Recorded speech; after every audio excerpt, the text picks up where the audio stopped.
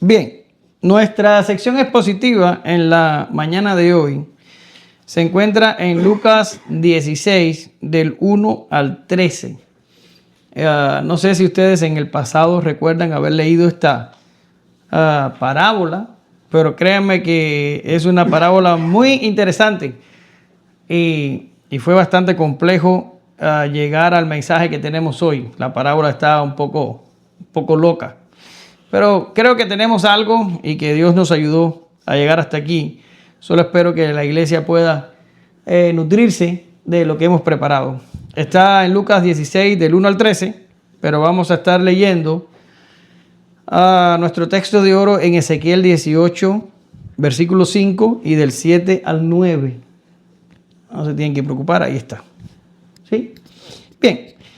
Pero el hombre que es justo y practica el derecho y la justicia, el hombre que no oprime a nadie, sino que devuelve al deudor su prenda, que no comete robo, sino que da pan al hambriento y cubre al desnudo con ropa, que no presta dinero a interés, ni exige usura, que trae su mano de la maldad, que retrae su mano de la maldad y hace juicio verdadero entre hombre y hombre, que anda en mis estatutos y mis enseñanzas, obrando fielmente, este es justo, ciertamente vivirá, declara el Señor.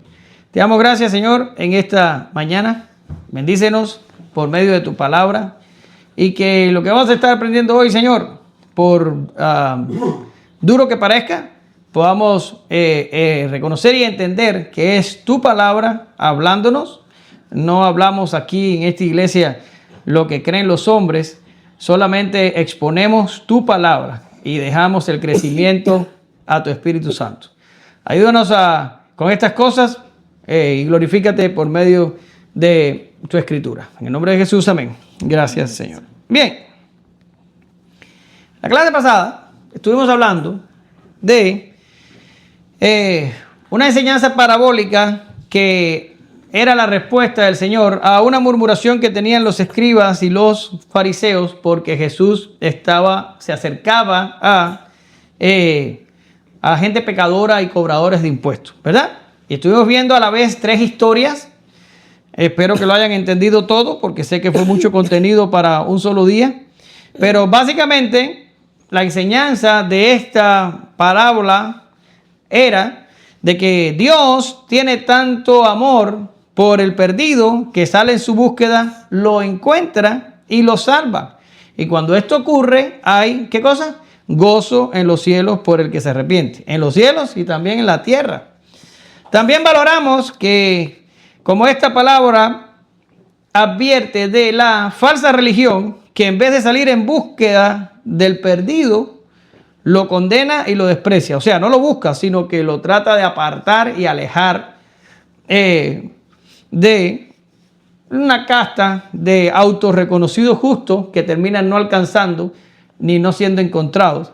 Mientras que el que estaba perdido, Dios termina encontrándolo y salvándolo. ¿Sí? Todo eso lo vimos en la clase pasada. Ahora, en la mañana de hoy, se produce como otro cambio de tema. Es impresionante. Y el Señor ahora no va a estar hablándoles a escribas y fariseos, sino que el Señor va a empezar a hablarle a sus discípulos. ¿Ya? Pero el tema que traemos hoy es un tema que a nadie le gusta escuchar. Porque vamos a estar hablando de riquezas, de dinero, de posesiones. Es el trapo sucio en la gaveta. Por medio de esta parábola, la del mayordomo infiel, Jesús enseñará a los suyos de la importancia de vencer la lucha contra el dinero y cómo proteger nuestro corazón de la continua tentación de dejarnos poseer por las riquezas. ¿Ya? Por tanto, hoy toca, así que hoy hablamos. El contenido va a ser la inevitabilidad del juicio, el verso 1 y 2, el enfoque en la prioridad, versos del 3 al 7, la recompensa de la inversión, versos 8 y 9, y en la última, respondiendo a la pregunta, ¿quién os dará lo que es vuestro? Versos del 10 al 13. ¿Sí? 4 encabezados, pero no se preocupen que la clase no tiene por qué ser larga. Vamos a ir con el primer encabezado, la inevitabilidad del juicio. Por favor. Decía también Jesús a los discípulos: había cierto hombre rico que tenía un mayordomo, y éste fue acusado ante él de derrochar sus bienes. Entonces lo llamó y le dijo: ¿qué es esto que oigo acerca de ti? Rinde cuentas de tu administración, porque no puedes ser más mayordomo. Bien, ¿qué pudo haber pasado aquí para pasar de la enseñanza de que Dios en su inmenso amor sale y busca al perdido, lo encuentra, lo salva y hay gozo en los cielos? Pasar de este tema a un tema que tiene que ver necesariamente con posesiones, riquezas y dinero. ¿Qué pudo haber pasado aquí? Bien, si se acuerdan, ¿cuál fue la última historia de la parábola que vimos en la clase pasada? La del padre y el hijo, ¿sí? Y se conoce más bien como la parábola del hijo pródigo. O nosotros aprendimos en la clase pasada que era una sola parábola con 3 historias. En este caso sería la historia del hijo pródigo. ¿Ya está? ¿Y qué fue lo que hizo el hijo pródigo? Se fue. ¿Y qué hizo cuando se fue? No, pero cuando se fue, antes de volver, ¿qué hizo? Derrochar todos los bienes. Derrochar todos los bienes, ¿sí? Y a lo mejor, digo yo, esto no está en la escritura, esto lo trato yo de sacar de entre línea y línea, que los discípulos se quedaron con aquello en la cabeza de que el hijo había abandonado al padre y había derrochado toda la fortuna que consistía en su herencia, ¿ya? Y que luego había vuelto. Y parece que el Señor los oye en este tipo de conversación y el Señor decide enseñarles esta parábola. Ahora, no sé si han estado pendientes, pero el Señor normalmente le habla por parábolas a los que no son discípulos.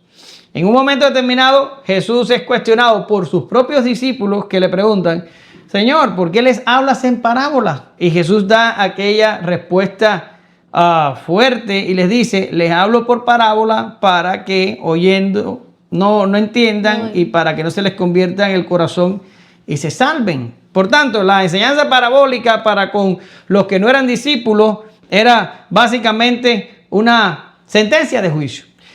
Sin embargo, aquí vemos al Señor hablándole en parábola a los discípulos. Pero si se acuerdan un poquito antes, el Señor estaba dando una enseñanza parabólica también y Pedro creo que fue el que le pregunta: Señor, ¿esto también lo dices para con nosotros? Y él les tiró otra parábola que tenía que ver con este tipo de cosas.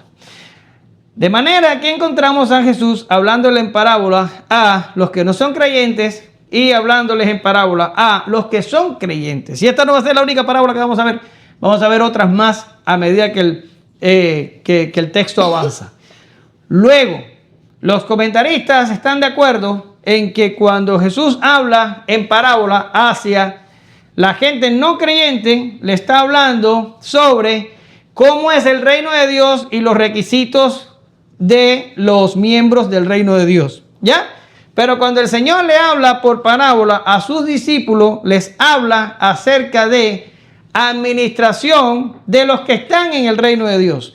O sea, ya no es una enseñanza que tiene que ver en el cómo se entra al reino y cómo son los miembros del reino. No, ya los discípulos están dentro del reino, pero tiene que ver las parábolas que les dice los discípulos con administración de los dones, con administración de las riquezas y con ese tipo de cosas. ¿Ya? Por tanto, sí, el Señor habla también en parábolas a los discípulos. Y yo diría que la parábola de hoy es una de las más complejas que el Señor le hablaría a sus discípulos. ¿Sí?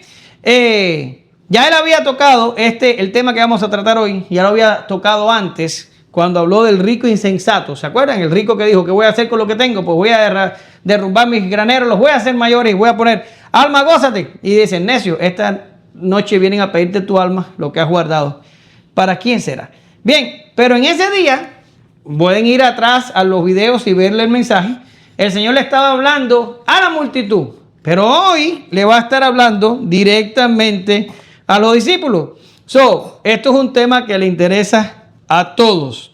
¿Ya? Ahora, la parábola tiene tres personajes. El rico, que es el dueño. El administrador, que es el que administra las posesiones del hombre rico. Y están los deudores, que son los que le deben al rico. Ya, vamos a estar viendo todos estos personajes desarrollarse y ustedes van a entender, van a tener más información al respecto de ellos. Pero son tres personajes: el rico, el hombre rico, el administrador y los deudores. Ahora, la trama, como leíamos al principio, donde leyó Agnalie, es que el Señor de alguna manera descubre que el administrador estaba haciendo un uso indebido de sus posesiones.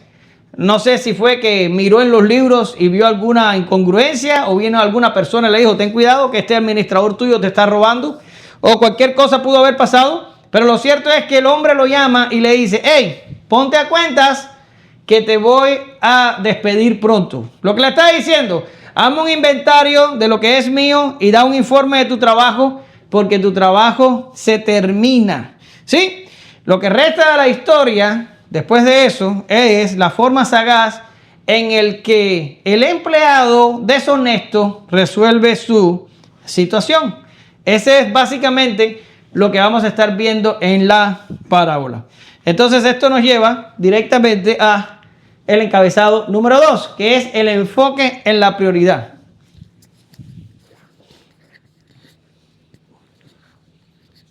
Y el mayordomo se dijo a sí mismo: ¿qué haré?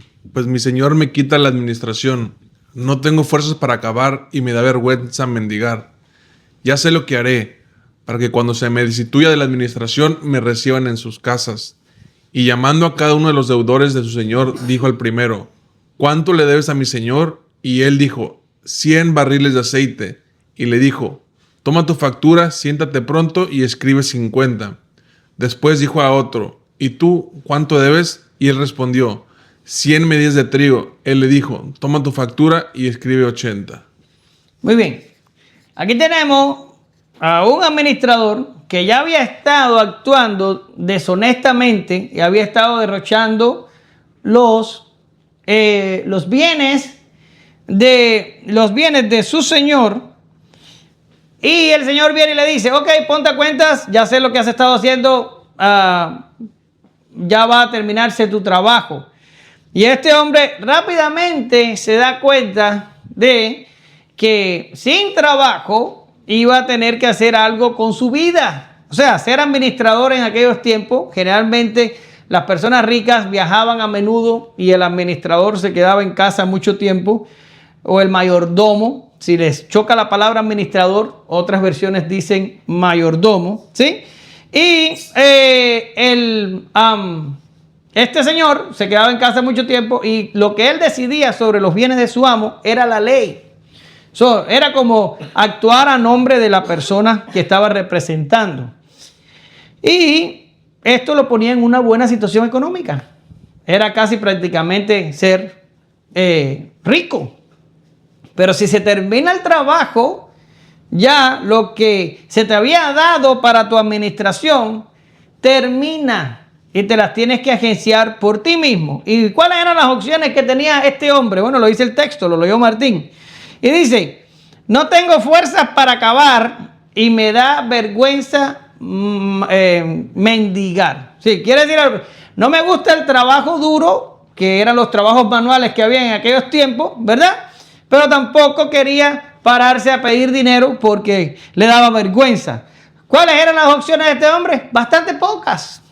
Entonces, dice: tengo que lograr hacer algo para que cuando yo salga de esta casa, me reciban en otra.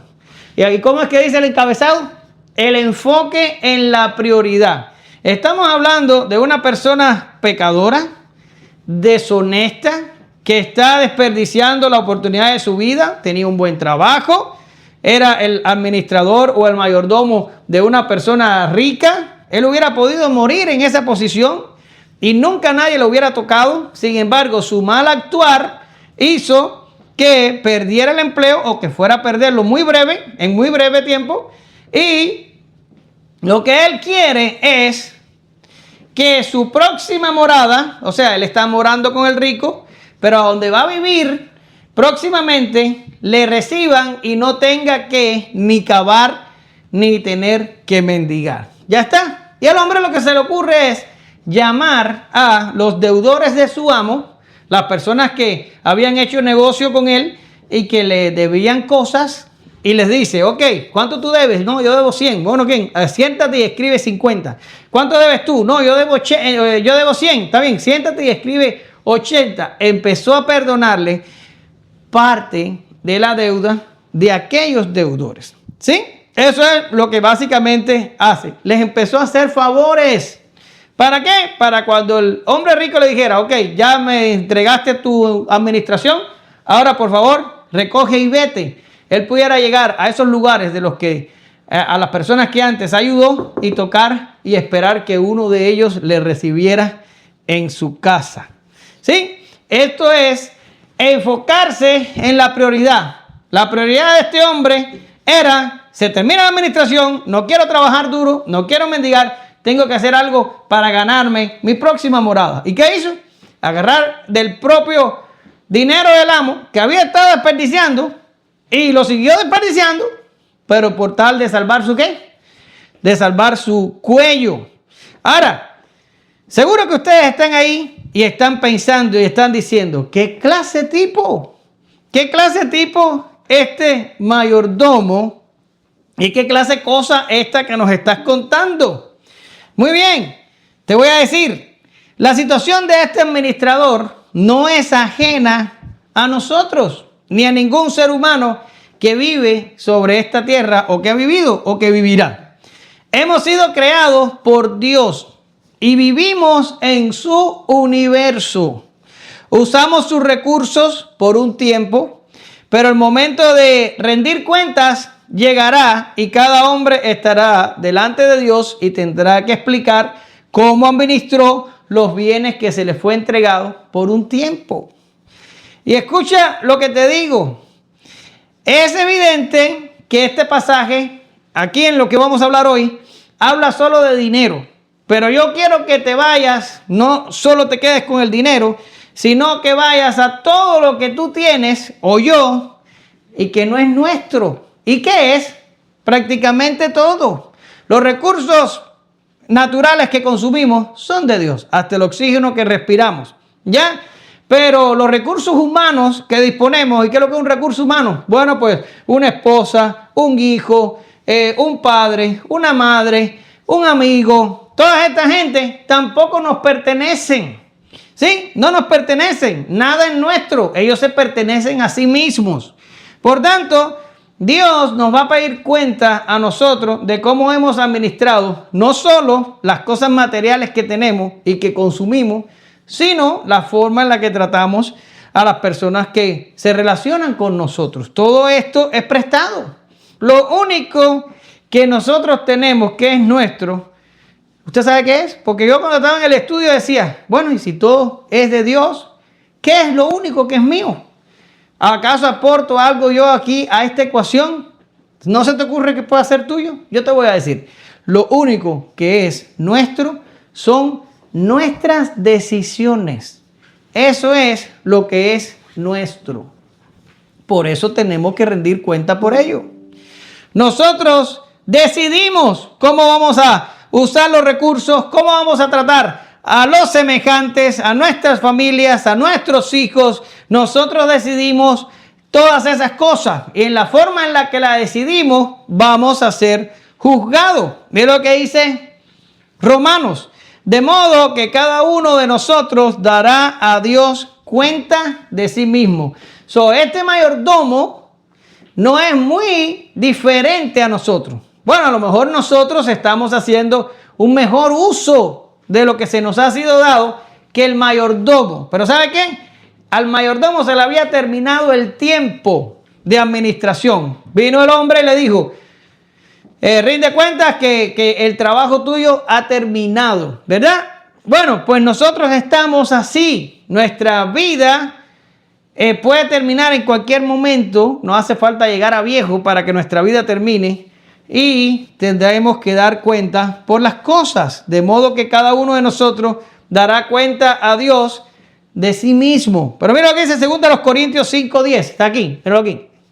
Dice, porque todos nosotros debemos comparecer ante el tribunal de Cristo para que cada uno sea recompensado por sus hechos estando en el cuerpo, de acuerdo con lo que hizo, sea bueno o sea malo. ¿Sí?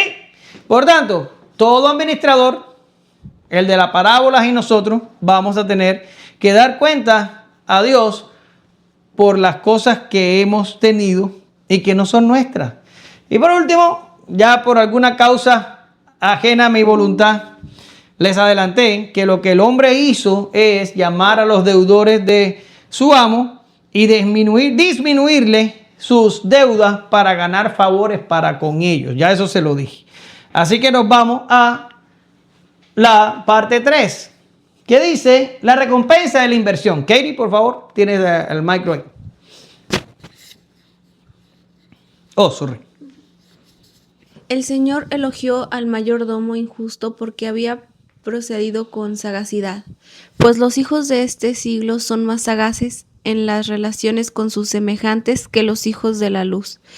Y yo os digo, haceos amigos por medio de las riquezas injustas, para que cuando falten os reciban en las moradas eternas. ¿Usted oyó eso? Posiblemente esa escritura es una de las escrituras más difíciles que usted va a leer en toda su vida. Lo primero, cosa loca que nos encontramos en esta parábola es que el mayordomo injusto recibe halagos por su sagacidad. ¿Qué es lo que es sagacidad? Es una inteligencia práctica, es una astucia. Es como ustedes no van a entender esto, pero a lo mejor mi esposa sí va a entender. El majá vivo de los muñequitos en Cuba. ¿Ya? Eso. Ustedes tendrían que ver el dibujo animado. I'm sorry, pero no sé por qué nada más se me ocurre lo del majá vivo. Eso. El hombre, por hacer astuto, que es una virtud negativa, ¿ok?, recibe halagos. Pero Jesús dice que haceos amigos por medio de las riquezas injustas para cuando falten o reciban en la morada eterna. ¿Qué quiere decir el Señor aquí? Es un bombazo sobre la vida de los pobres discípulos que poco entendían de lo que estaba pasando a su alrededor. Ya, pero vamos por partes, porque tampoco es tan difícil. Ustedes se van a dar cuenta qué es lo que está pasando aquí. Lo primero que tiene esta parábola es que vi a muchos enredarse porque están diciendo, bueno, pues ¿quién es el que está hablando aquí? Cuando dice, y el Señor elogió a el mayordomo por su sagacidad. Hay algunos que dicen, pues bueno, no pudo haber sido el rico porque el rico perdió dinero. Y entonces otros dicen, pero no pudo haber sido el Señor porque el Señor no va a estar alabando a una persona que está pecando. Pero dicen otros, pero el rico no pudo haber sido porque entonces habla de los hijos de luz y los hijos de este mundo y ese lenguaje es ajeno a la mente de la persona rica. Por tanto, es un lío que hay en la bibliografía porque no se ponen de acuerdo quién dijo qué cosa. Pues bien, yo le di una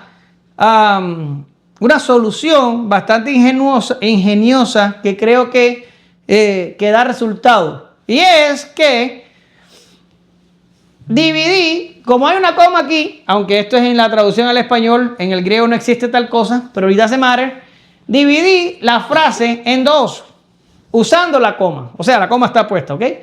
El verso 8 tiene una coma a la mitad de la frase. Y dije, el Señor elogió al mayordomo injusto porque había procedido con sagacidad. Y digo, eso lo dijo el rico. Ahora usted va a decir, pero ¿cómo el rico puede alabar al que le roba? Yo te voy a decir por qué. Porque lo que él está alabando aquí no es que perdió dinero, sino la inteligencia práctica de su mayordomo al haber actuado de una forma tan sagaz. ¿Ya? Los ricos generalmente, y voy a dar un bombazo, ojalá que no me hagan trizas en las redes sociales, Pero los ricos generalmente no obtienen sus ganancias por ser buenas personas y por actuar honestamente. Generalmente se hacen ricos porque abusan del derecho y hacen algo para poder enriquecerse. No lo hacen siendo buenos.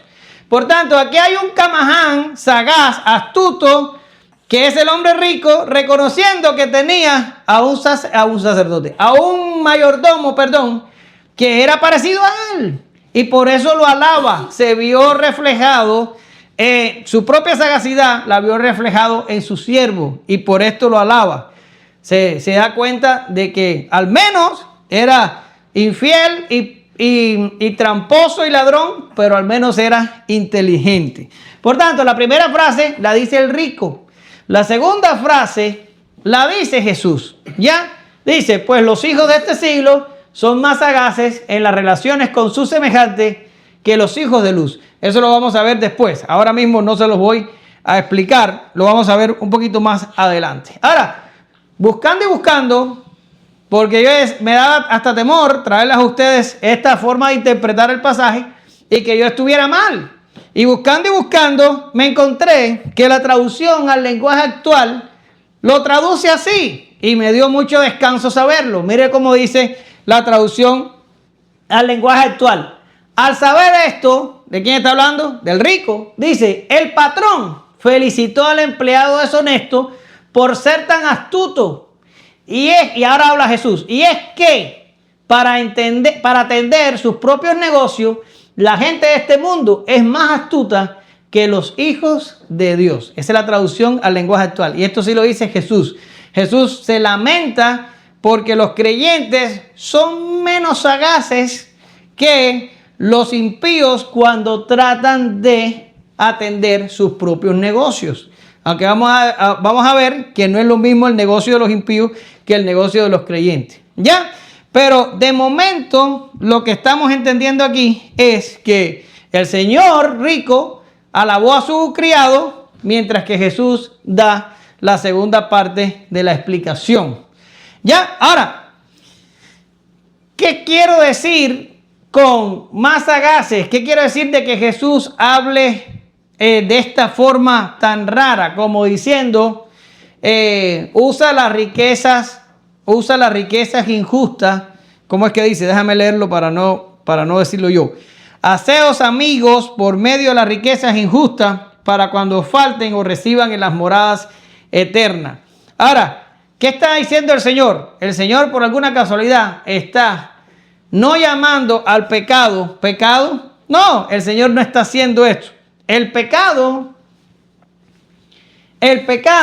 es pecado. Por tanto, si el administrador había robado, había malversado y había derrochado los bienes de su amo, él iba a rendir cuenta a Dios por esto. ¿Por qué razón? Porque Dios es justo y todo pecado va a ser respondido de la forma adecuada de parte de Dios. Esta persona iba a ser enjuiciada delante de Dios por su avaricia. La justicia divina no sería evitada. Dios no da por inocente al culpable. Números 14:18. Dice, el Señor es lento para la ira y grande misericordia y perdona la iniquidad y la transgresión. Mas de ninguna manera tendrá por inocente al culpable, sino que castigará la iniquidad a los padres sobre los hijos hasta la tercera y la cuarta generación. ¿Qué quiere decir? ¿Jesús está diciendo aquí que el pecado estuvo bien? No, no lo está diciendo. Está diciendo Jesús que el pecado es pecado y Jesús, y Dios no va a dar por inocente al culpable. Ahora, ¿está diciendo aquí Jesús que el fin justifica a los medios? No, el fin no justifica a los medios. Luego, por muchas décadas y por mucho tiempo, la gente injusta y pecadora ha sido parte de las congregaciones. Por ejemplo, en fenómenos como todo este problema que surgió en la primera mitad del siglo pasado aquí en Estados Unidos relacionado con la mafia italiana y con todas estas mafias, toda esta gente por atrás llevaban negocios muy ilícitos, drogas, juego ilícito, y comercializaban alcohol y cuanta cosa mala había, mataban gente, extorsionaban a otros, pero eso era por atrás de las bambalinas. Pero el domingo se ponían sus trajes caros y se montaban en sus autos caros e iban ¿a dónde? ¿Saben a dónde iban? Iban a la iglesia. Y si mataban a alguno de ellos, usted lo puede ver en películas como El Padrino, le hacían toda una ceremonia y despedían a la persona muerta como todo un santo, ¿verdad? ¿Por qué? Porque el dineral que entraba adentro de las congregaciones era impresionante por esta gente que estaba practicando el crimen, ¿ya? Y a veces es lamentable ver cómo los malos toman el control de las iglesias y a pesar de que practican la iniquidad en la calle, las donaciones a las iglesias hacen que sean recibidos con los brazos abiertos y son tratados como justos. Luego, ¿el fin justifica los medios? No, el fin no justifica los medios. El Señor nos está diciendo aquí, bueno, le robó al amo, pero lo hizo inteligentemente. Eso vamos a pasarle la mano. Él solo quería garantizar una morada posterior. No, el Señor en ningún momento tampoco está diciendo eso. El fin no justifica los medios. ¿Qué es lo que está haciendo entonces Jesús? Jesús está usando la acción. Oye, Anita no durmió anoche aquí y ya se está durmiendo. El Señor lo que está usando es una historia por demás cruda de la vida real para enseñarle una verdad espiritual a sus discípulos. Así que el malvado fue lo suficientemente inteligente para usar las riquezas que no eran suyas para garantizar un futuro luego que su tiempo como administrador hubiera terminado. Y Jesús se lamenta. Fíjate que es un lamento, no es un elogio, porque los creyentes no actúan así con lo espiritual. No te está diciendo, no, métete de administrador y róbala a tu amo, que esa es la voluntad de Dios. No está diciendo eso.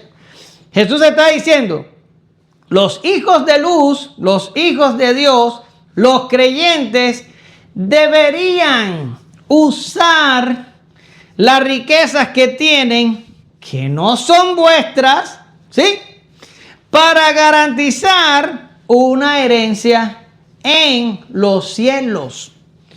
Quiere decir, Jesús eleva la vista y el discurso, mientras que el mayordomo se mantiene terrenal y pensando en su próxima morada terrenal. El Señor solamente usa la figura para decir, los creyentes deberían estar usando lo que tienen y que no es de ellos, Dios se lo ha dado temporalmente para que lo administren, pues deberían, en vez de derrocharlo en otras cosas, deberían estarlo usando para guardar tesoros en el cielo y asegurar la vida celestial. Ahora, no es que estamos hablando de comprar el cielo, no. Estamos tratando de buscar recompensas en el cielo. Al cielo vamos, todos vamos. Todo el que cree en Cristo va a ir al cielo y llegará al cielo por gracia. ¿Ya está? Eso no está en discusión. Lo que estamos hablando aquí es de hacer una inversión en lo eterno, ya, para que cuando llegues allá o lleguemos allá, tengamos recompensa de lo que hayamos hecho aquí. En otras palabras, nada nos pertenece, todo es de Dios, todo nos es dado por un tiempo determinado. Y según la visión de Jesús, deberíamos usar las riquezas que no son nuestras para el reino de Dios, de tal manera que acumulemos tesoros en los cielos. Mira aquí, clarito. No acumuléis tesoros en la tierra, donde la polilla y la herrumbre destruyen. Herrumbre, dice. ¿Sí? Y donde los ladrones penetran y roban, sino acumulaos tesoros en el cielo, donde ni la polilla ni la herrumbre destruyen, y donde los ladrones ni penetran ni roban. ¿Ya está? el Señor te está diciendo, es la manera sagaz del mayordomo. Agarró lo que no era de él y se aseguró una morada próxima. Oye, tú que vas para el cielo, agarra lo que no es tuyo y úsalo para que asegures una recompensa en los cielos. ¿Ya? Ahora, mira lo que dice otro texto. Primera a Timoteo 6 del 18 al 19. Enséñales que hagan bien, se está refiriendo a los ricos, que sean ricos en buenas obras, generosos, prontos a compartir, acumulando para sí el tesoro de un buen fundamento para el futuro, para que puedan echar mano de lo que en verdad es vida. ¿Sí? Ahora, no se preocupe, porque esto parece raro, pero yo te voy a explicar pronto por qué. Porque tú vas a decir, bueno, espérame, yo trato de no pecar, yo trato de leer mi Biblia, yo voy a la iglesia, aunque sea una vez por semana, yo le hablo a la gente de Jesús, yo trato de llevar mi vida lo mejor posible. ¿Por qué se mete la Biblia con mi bolsillo? ¿Por qué se tendría que meter la Biblia con lo que tengo? ¿Por qué? ¿Cuál es el problema? Ok, el problema es que el Señor llama esto, mira dónde está, voy a leerlo de nuevo para que vean la parte que Katie leyó. Ok, ya lo encontré. Y os digo, haceos amigos por medio de las riquezas, ¿y cómo lo llama el Señor ahora? Riquezas injustas. Riquezas injustas. Ahora, ¿qué se está refiriendo aquí? ¿Por qué las riquezas tienen que ser injustas? ¿Por qué? Bueno, impresionantemente la Escritura no escatima advertencia contra aquellos que aman las riquezas. Y aquellos que aman las riquezas tienen un común denominador. Y es que acumulan, sobreacumulan. Tengo aquí y quiero poner más encima y quiero volver a poner más encima y quiero más encima y lo que hago es acumular.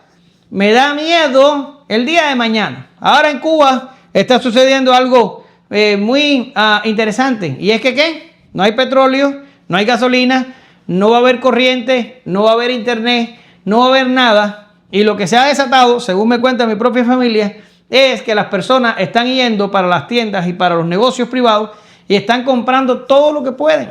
Se están quedando prácticamente sin dinero porque están comprando ¿qué cosa? Están comprando suministros. Ya es como aquí, parecido a cuando viene un huracán o viene una helada y tú vas al Walmart y lo primero que sacabas es el papel sanitario. Yo no sé cuál es la relación. Si alguno de ustedes sabe cuál es la relación, por favor díganmelo. Pero sacaba el papel sanitario, sacaban los enlatados, sacaba malangas. Yo que trabajo en esto, hacer una orden de Walmart cuando la gente está comprando por compulsión, nada, las estanterías vacías, completo, ¿sí? Eso es acumular sobre lo acumulado. Y las personas que así actúan no pueden decir que tienen fe en Dios. No sé si entienden el punto. Porque si tú acumulas, tú estás diciendo, yo tengo que asegurar mi futuro, mi morada, mi destino, y yo con mi seguro de vida y con mi seguro de no sé qué, y con mi 401k y con mi no sé cuánto tengo, porque si llego viejo y no sé qué, y tengo que ahorrar para los hijos y la universidad, y se la pasan metidos en una serie de cosas donde ¿quién es el controlador de tu destino? Tú. ¿Y quién es el que está supliendo para tus necesidades? Tú. El creyente no actúa así, el creyente actúa por la fe. Como hemos enseñado aquí muchas veces, el pan nuestro de cada día, dánoslos ¿cuándo? Hoy. No te pido para el pan de mañana, ni pasado, ni traspasado. Es el pan nuestro. Pero es de conducta impía acumular sobre lo acumulado. ¿Lo ves? Fíjate que no te estoy hablando no estoy tirándole solo a los millonarios. No. La escritura aquí le está tirando a cualquiera que acumula. Ya sea que acumules en riqueza o que acumules en menos riqueza. Pero acumular y acumular y acumular es atacado por la propia escritura. Peor, las personas que son ricas son arrastrados a toda clase de prácticas para obtenerlo y retenerlo. Aquellos que así se conducen no poseen riquezas las riquezas los poseen a ellos. Es un asunto del corazón. Y mira el texto que te tengo aquí. Mira aquí, Santiago 5:1. Dice, oíd ahora, ricos, llorad y aullad por las miserias que vienen sobre vosotros. Aquí el apóstol Santiago está disparando contra los ricos, y si ustedes, no se los traje completo para que no pasar demasiado tiempo aquí, ya me queda muy poco tiempo para terminar. Si ustedes van hasta el verso 6, lo pueden buscar en sus casas después, ustedes se dan cuenta que el apóstol Santiago critica a los ricos porque no le han pagado al empleado el dinero que les toca, sino que lo han retenido para sí mismos y se han enriquecido quitándole salario a los trabajadores. Y Santiago les dice, ustedes han hecho extorsión, han hecho violencia contra el justo y él no les pone resistencia. ¿Sí?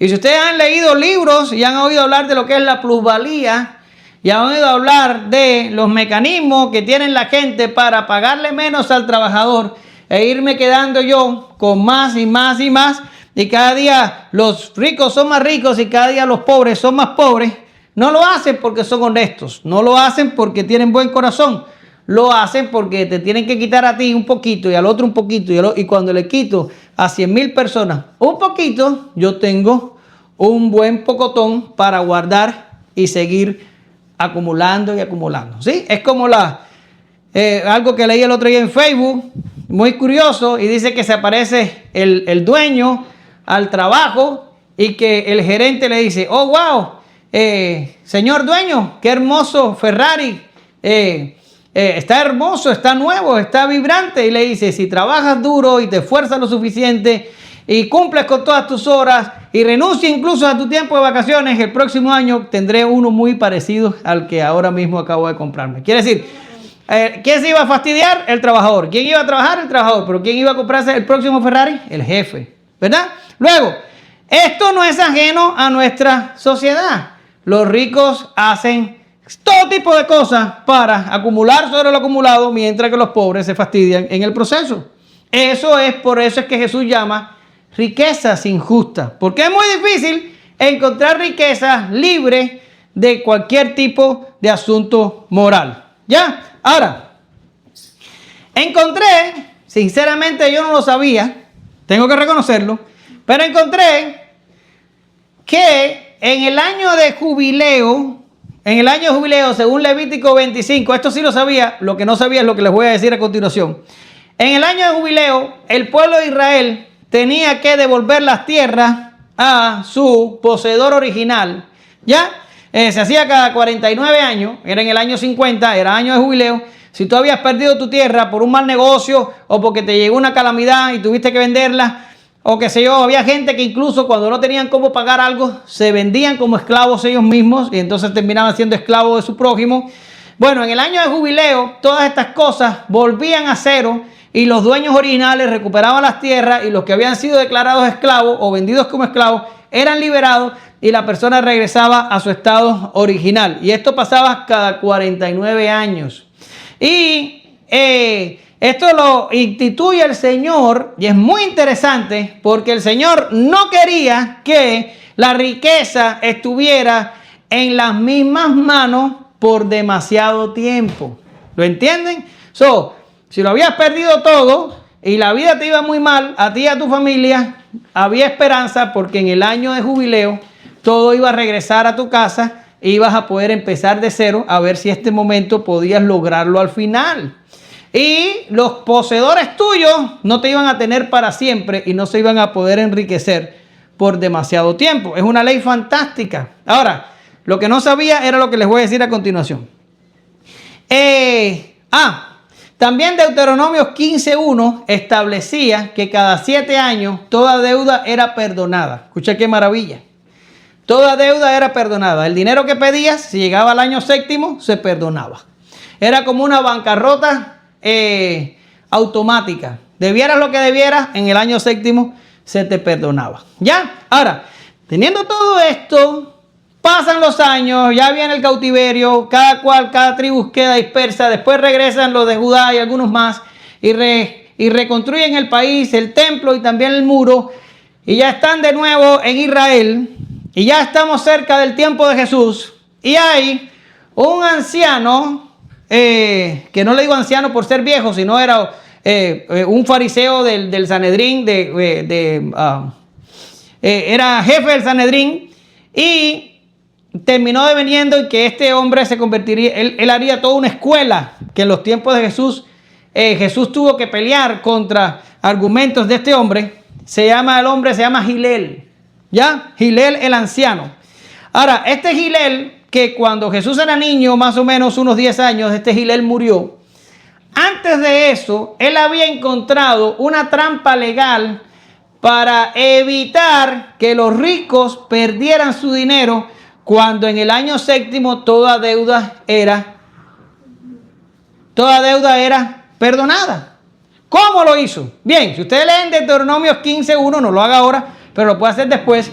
Dice que no cobrarás la deuda de tu hermano en el año séptimo, sino que se la perdonarás. Quiere decir, tú eres mi hermano, yo soy tu hermano. Si yo te debo algo, llego al año séptimo, no te lo he podido pagar. Deuteronomio te dice, no se lo puedes cobrar a tu hermano la deuda, se la tienes que perdonar luego de 7 años. Pero ¿qué hizo Gilel? Gilel encontró una trampa legal y dijo, ok, la ley dice que tú a tu hermano no le puedes pedir el dinero. Pero ¿qué pasa si te lo pide un tribunal? Entonces, ¿qué es lo que hacían los ricos? Los ricos decían, ok, Martín, ¿cuánto te debe Omar? No, Omar me debe 100 talentos de plata. Ok, dame la deuda a mí. Y Martín traspasaba la deuda al tribunal. Y entonces el tribunal me cobraba la deuda a mí, porque la ley no decía nada sobre tribunales cobrando deuda. Esto se llamó el prosbul de Gilel. Prosbul, que viene de una frase griega que significa prosboulé, ante el consejo.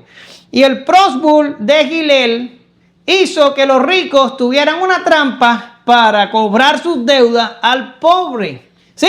Le pasaban la deuda al tribunal.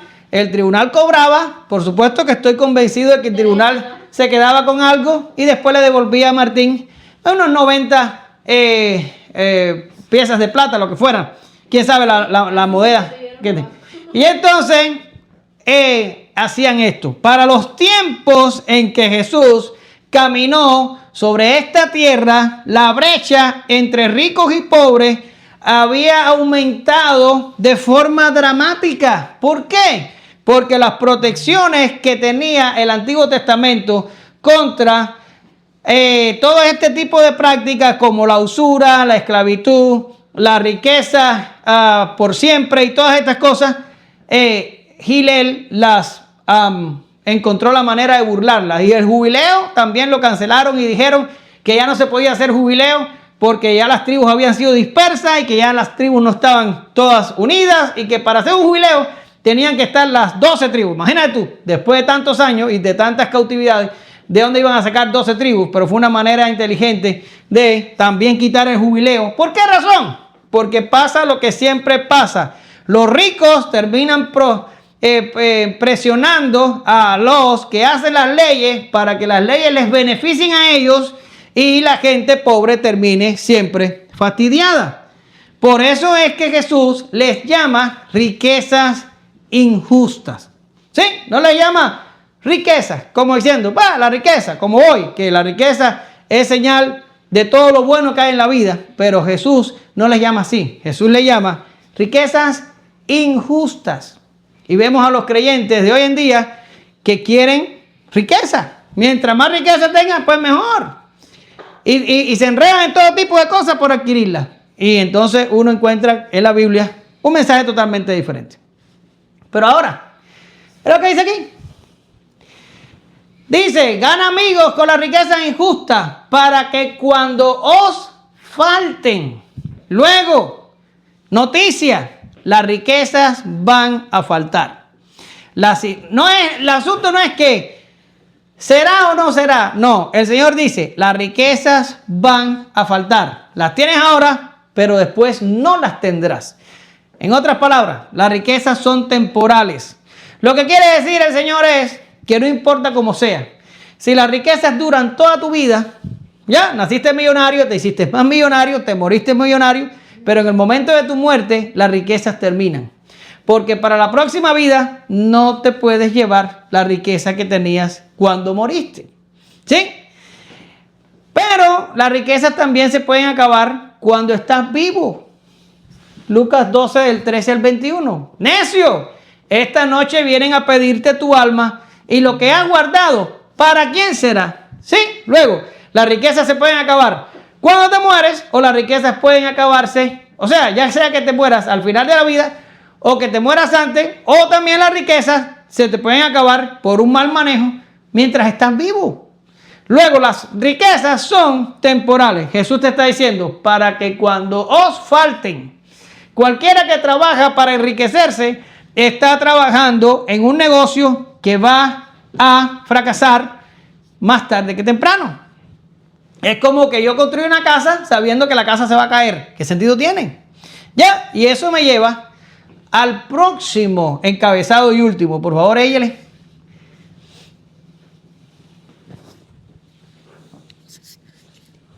El que es fiel en lo muy poco, es fiel también en lo mucho. Y el que es injusto en lo poco, también es injusto en lo mucho. Por tanto, si no habéis sido infieles en el uso de las riquezas injustas, ¿quién os confiará las riquezas verdaderas? Y si no habéis sido fieles en el uso de lo ajeno, ¿quién os dará lo que es vuestro? Ningún siervo puede servir a dos señores, porque o aborrecerá a uno, llamará al otro, o se apegará a uno y despreciará al otro.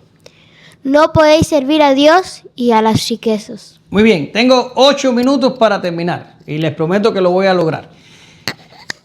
Luego, tengo riquezas que van a acabarse, no van a durar. De alguna forma te vas a quedar sin ellas.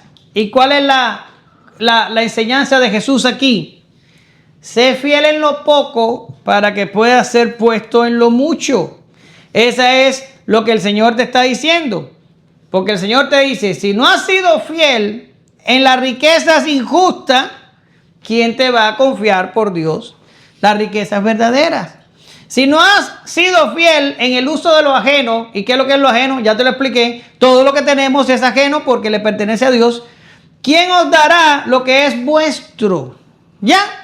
Ahora, tenemos que ser fiel en lo poco. Tenemos que saber administrar lo que tenemos. Mira lo que dice la Biblia. Mateo 25, 21. Y su Señor le dijo, bien, siervo fiel. En lo poco fuiste fiel, sobre mucho te pondré. Entra en el gozo de tu Señor. Y dice 1 Corintios 4:2. Además, bien, se requiere de los administradores que cada uno sea hallado fiel. Sí. Ahora, el Señor va a la yugular y ya deja la enseñanza parabólica y va directo y le dice a los discípulos, no puedes servir a dos señores. No puedes servir a Dios y a las riquezas. Tienes que escoger un bando, pero no puedes tener las dos cosas. Es imposible tener las dos cosas. Ahora, ¿por qué? ¿Por qué? Porque el dinero te termina poseyendo a ti. Es un problema del corazón, te lo dije ahorita. El que amontona, no solo es un problema de confianza, que no tiene la confianza de que Dios te va a sostener en el próximo día o en los próximos años, sino es que su corazón su corazón ama tanto el dinero que ya el corazón no posee el dinero posee al corazón. Y Jesús te dice, si quieres servir a Dios, sírvele, pero no puedes servir a Dios y al dinero. Si te dejas controlar por Dios, eso es una cosa. Pero si te dejas controlar por el dinero, ya no vas a ser controlado por Dios. No es una dualidad. Son autoexcluyentes. Si tienes uno, no puedes tener el otro. Mira, Santiago 4:4. Escucha. Oh almas adúlteras, ¿no sabéis que la amistad del mundo es enemistad hacia Dios? Por tanto, el que quiere ser amigo del mundo se constituye enemigo de Dios. 1 Juan 2:15. No améis al mundo ni a las cosas que están en el mundo. Si alguno ama al mundo, el amor del Padre no está en él. Son excluyentes. No hay manera de servir a ambos. Tienes que servir a uno de los dos. Ahora, Jesús te dice, da un buen uso de las riquezas injustas. Y ahorita dijimos, si llegas al momento de tu muerte, el dinero que tienes no te lo puedes llevar para la próxima vida. Ahora, ¿cómo sí puedes agarrar esas riquezas injustas y hacer que seas recompensado en la próxima vida por el uso que le das de las riquezas? ¿Cómo? Dándolas. Y vamos a hablar más adelante, muy pronto, del joven rico, ¿sí? Que se va a parecer el de Santurrón al Señor, le va a decir, yo he guardado todos los mandamientos. Ah, sí, tú los has guardado, qué bien. Pues ahora ve y coge todo lo que tienes y dáselo a los pobres. Y dice que se fue triste porque no tenía la más mínima idea de hacer lo que el Señor le estaba pidiendo. Él no amaba a Dios. Las riquezas eran su Dios, ¿verdad? Vamos a hablar de eso más adelante cuando llegue el momento. Pero aquí el Señor está diciendo, coge las riquezas injustas y dalas. Entrégalas. Ahora, no te estamos diciendo de que hay que coger el dinero y traerlo y dárselo todo a la iglesia. No. Sabemos que en el Nuevo Testamento, en la iglesia primitiva, la gente vendió todo y vino y se lo trajo a los pies a los apóstoles. No estamos diciendo eso. Ya, eso sería llevar el argumento al extremo, y un argumento llevado al extremo casi se convierte en un contraargumento. Pero tienes que ser desprendido, tienes que ser dadivoso, tienes que soltar la plata que amas para que la plata no se adueñe de tu corazón. A lo que le tienes apego tienes que soltarlo. ¿Ya? ¿No se lo dijo el bichito verde a Skywalker cuando quería ser Jedi? Decía, si quieres ser un buen Jedi, no puedes tener apegos, porque si no, el apego te va a llevar al lado oscuro. Y es impresionante que esté diciendo esto. Pero eso es exactamente lo que dice la Biblia aquí. Tienes que coger lo que amas y darlo. ¿A quién? A quien te dé la gana. Al pobre, al necesitado. Fíjate, no al que te lo pueda devolver. No, al pobre, al necesitado, al hambriento, a cualquier causa que te guste, no importa. San Jude, el que sea, la policía local. Cualquier cosa donde tú coges tu dinero y te lo arrancas y lo das. Y por supuesto, la iglesia, y doesn't matter. Lo importante es que no lo retengas para ti, lo acumules contra acumulación. No puedes, porque el dinero va a terminar poseyéndote a ti. Ya, ahora yo encuentro en la Biblia que cuando uno decide darle un buen uso a las riquezas injustas, hay un triple beneficio. Primero, beneficia al receptor. ¿Por qué? Porque alguien que no tiene algo, tú te vas a aparecer y le vas a decir, aquí hay 100, aquí hay 200, aquí hay 1000, agárralos y resuelve tu problema. Se va a beneficiar al receptor del que tú le estás dando el dinero, ¿sí? 2, acumulas para la vida eterna, que es lo que Jesús te está diciendo aquí que hagas. Jesús te está diciendo, agarra el dinero injusto y úsalo para asegurar para la vida eterna. ¿Qué quiere decir? Para que asegures recompensa en la vida eterna. Recompensa, déjalo, que descanse pobrecito. Pues ni modo.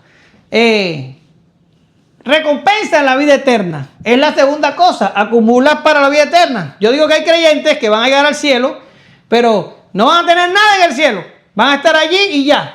Mientras que van a haber creyentes que van a haber acumulado cosas en el cielo. Porque hay creyentes que jamás aprenden todo lo que yo he acabado de decir hoy. Ahora, segundo beneficio, acumulas para la vida eterna. Pero el tercer beneficio, que es en mi opinión el más importante, es, ¿qué dice ahí? Proteges tu corazón. Proteges tu corazón. ¿Por qué? Porque si tú acumulas y acumulas y acumulas, ¿qué es lo que tú estás alimentando?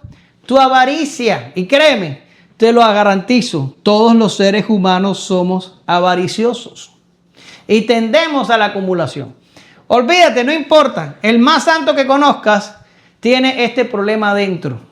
Y si lo alimentamos positivamente, o sea, si le damos más, va a pedir más. Y si le damos más, va a pedir más. Y vamos a ser esclavos de eso. Por tanto, la cosa es al revés, es soltar y soltar. ¿Para qué? Para que el deseo de la avaricia disminuya y podamos tener el control de nuestras vidas. ¿Sí? Anale tenía una amiga en Las Vegas, y espero que ella nunca escuche este mensaje, que vino un día a casa en diciembre a que yo le aplicara una tarjeta de crédito. Porque tenía que comprar muchas cosas para las Navidades, para los regalos de Navidad y todas esas cosas. ¿Sí? Y hicimos 7 aplicaciones de crédito y ningún banco de esta vida le aprobó. Digo yo, no sé qué tienes en tu crédito, pero no te están aprobando las tarjetas. No creo que debamos seguir intentando porque te va a bajar mucho el crédito. Dice, no, el problema es que la tarjeta que pedí el año pasado para las compras de Navidad, todavía no he pagado la deuda. Y ya estaba pidiendo otra. ¿Por qué? Porque mientras más tienes, más quieres tener y más quieres. Y tú vas a decir, oye, pero si iba a regalarlo. No, lo que quería es mantener un patrón cultural de que tengo para regalar. No es lo mismo. Tú no puedes regalar lo que no tienes. Eso sería estúpido. ¿Sí? Pero si tienes y estás en condiciones, yo no te digo que te deshagas de lo que no tienes, que vayas ahora y pidas un préstamo personal para tú después regalar. No es eso. El Señor te está diciendo, te sobra, no lo retengas porque vas a dañar tu corazón y el corazón te va a pedir más y te va a pedir más y te va a pedir más. Al revés, empieza a regalar, no te quedes sin nada, pero empieza a regalar para que tu corazón y tu avaricia estén bajo control. Y para mí esa es una de las más importantes beneficios que recibimos cuando damos. Luego, concluyo. No es la primera vez que Jesús habla de riqueza y no será la última. Si el Señor toca estos temas tantas veces, es necesario que prestemos mejor atención. Hoy ha mostrado a los creyentes en desventaja con respecto a los malvados, pues estos últimos están dispuestos a hacer cosas que los primeros batallan por hacer. Estamos en presencia de una crisis de fe. En teoría creemos, pero en la práctica no. Sin embargo, la forma en la que vivimos nuestra vida y en la manera que administramos lo que es de Dios, nos habla más alto de nuestro destino que nuestras débiles palabras. Pero la advertencia permanece. Usa lo perecedero para hacer tesoros eternos. No te dejes engañar. Nada es nuestro. Solo lo tenemos por un tiempo. ¿Estás haciendo buen uso de tu mayordomía? Te damos gracias, Señor, en esta mañana. Ayúdanos porque nuestro corazón es engañoso, más engañoso que todas las cosas. Y a veces pensamos que siempre se puede acumular un poquito más. Y, Señor, esa mentira nos la repetimos a nosotros mismos mientras nosotros vivimos vidas demasiado cómodas y hacemos caso omiso a tu reino y caso omiso a los que padecen necesidad.